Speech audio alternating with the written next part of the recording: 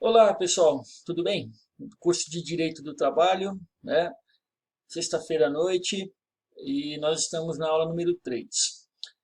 Eu vou fazer o seguinte, como nós estávamos sem projeção na sala de aula e eu acabei não utilizando o recurso do PowerPoint que eu tenho aqui à minha disposição, eu vou fazer uma repassada rápida, né, nos temas que já foram estudados, para nós chegarmos até o ponto que nós nos encontramos e prosseguimos então com a aula número 3. Esse conteúdo aqui eu tinha planejado para dar nas próximas 4 aulas, então nós temos material aqui para a aula 3 e para a aula 4. Outra coisa, eu vou gravar trechos curtos, tá bom? Então vai chegar um momento que vai dar mais ou menos uns 10 minutos, entre 10 e 15 minutos eu paro e aí nós prosseguimos com vídeos curtos para que não cansem vocês e nem o professor aqui. Bem, fundamentos do direito do trabalho, contrato de trabalho, vamos partir da nossa aula número 1, né? Deixa eu só avançar aqui.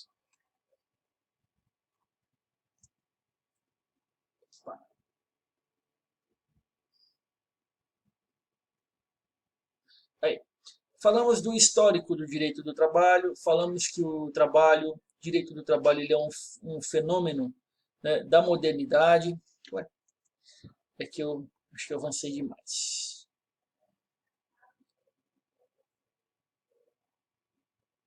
Eu estou com muitos arquivos abertos aqui ao mesmo tempo. Tem software rodando, tem chat rodando, umas coisas que o computador está trabalhando sozinho aqui. Mas o direito do trabalho, ele é um fenômeno da modernidade, né? O que significa, né? O ponto de partida do direito do trabalho, ele é a Revolução Industrial.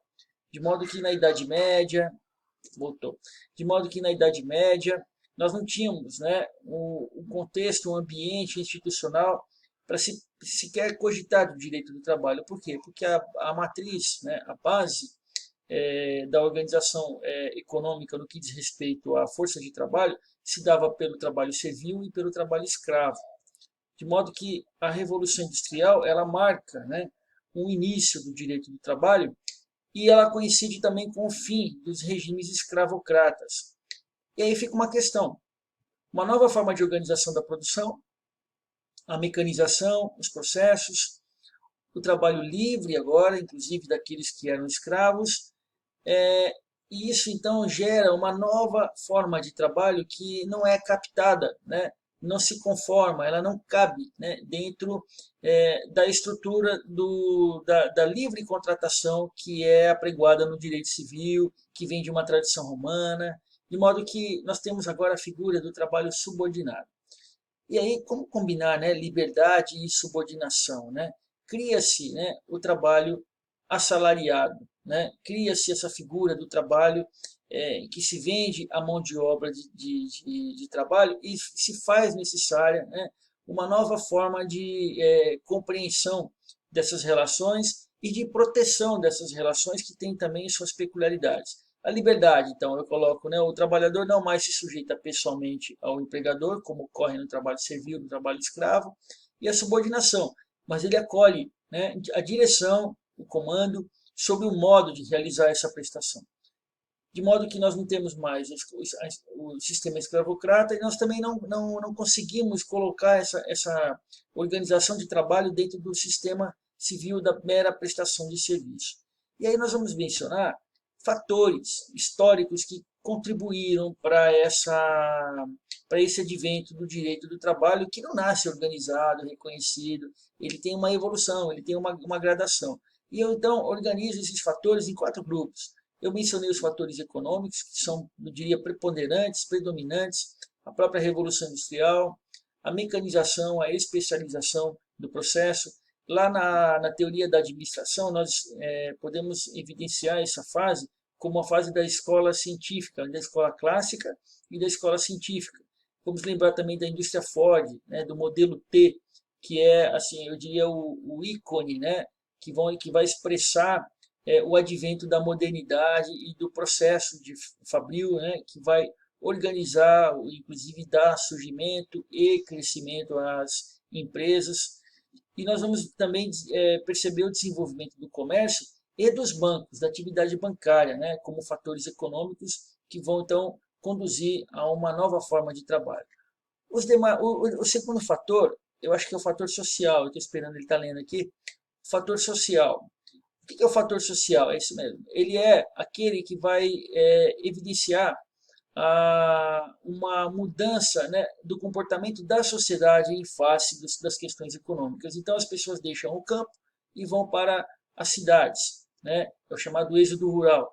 Surge uma sociedade proletária em torno das cidades, e surge um movimento de urbanização, e esse é um movimento, inclusive, bastante desorganizado. Há uma concentração desenfreada, surgem pestes, surgem problemas de saneamento, de abastecimento, surgem, inclusive, questões morais, né? A prostituição, e aí você vai ter uma situação de refúgio, né, da fome, do campo, da insuficiência dos meios de subsistência no campo para a cidade como uma expectativa, uma promessa, uma esperança de uma vida melhor, mas eu diria que essa vida até melhora na cidade, mas ela também vem carregada de novos problemas, os problemas sociais, né, decorrentes sobretudo de uma falta de infraestrutura nessas cidades. Nós temos um terceiro fator que nós chamamos de fatores políticos. O que são esses fatores políticos? Nós temos, então, um perfil de um profissional, né, de um trabalhador, que ele era livre, era escravo e se torna livre, né? Nós temos a nossa herança indígena, nós temos os negros, nós temos aqueles brasileiros, né, que já vivem no país, mas nós temos um fluxo imigratório muito forte, de italianos, alemães e outros europeus, que têm uma cultura sindical também muito forte. E eles importam para o Brasil, né, várias questões, várias, eu diria, influências, inclusive do que estava ocorrendo na Rússia, né?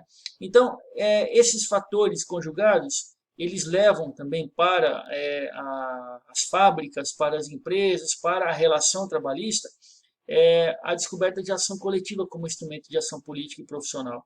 Eles vêm, então, com essa informação, com esse nível de questionamento e cultura também, que leva-os, né, a se mobilizarem, porque sabem que sozinhos eles não têm força, não têm poder de barganha para enfrentar a saga do empregador, mas organizados eles começam, então, a barganhar e a empreender esforços no sentido de neutralizar, né, o poderio econômico do empregador. Formam-se as associações sindicais e, como nós já vimos, inicia-se aí, né, o embrião, né, daquilo que futuramente será a organização sindical. Esses fatores políticos eles também derivam para fatores jurídicos. E aí, na questão dos fatores jurídicos, nós vamos perceber que essas normas negociadas entre patrão e o empregado sempre representado coletivamente, elas passam a ser uma fonte relevante, importante, né, de disciplina da ação trabalhista. Porque, veja, nós estamos falando de um período de formação onde não haviam leis trabalhistas, não havia proteção trabalhista, não havia uma CLT que a gente vai só evidenciar décadas seguintes. A base, né, do direito do trabalho, o fundamento normativo do direito do trabalho era negociado e era aquele instrumento negociado coletivamente. Eu diria então que o direito do trabalho ele nasce coletivo e não individual. E ele nasce com base na negociação e não com base na legislação. É interessante, porque hoje nós enfatizamos o direito individual e a legislação, mas a origem do direito do trabalho ela é coletiva, né? E a origem do direito do trabalho ela é de negociação. O desenvolvimento da legislação trabalhista ele ocorre no momento em que os empregados se organizam não só para negociar com os empregadores, mas também para participar politicamente da vida do país. Então vamos imaginar, né, o surgimento de partidos trabalhistas para obter vagas, né, nas assembleias, nos congressos legislativos, nas casas legislativas, com o objetivo de criação de leis de proteção ao trabalho. Então, rapidamente, eu estou fazendo um resumo do resumo do resumo, porque essas aulas já foram melhor desenvolvidas. Eu estou apenas fazendo a síntese de fatores que contribuíram com a formação histórica do direito do trabalho. Fatores econômicos, fatores sociais, fatores políticos e fatores jurídicos. Eu vou encerrar a minha aula aqui e vou continuar na próxima sequência.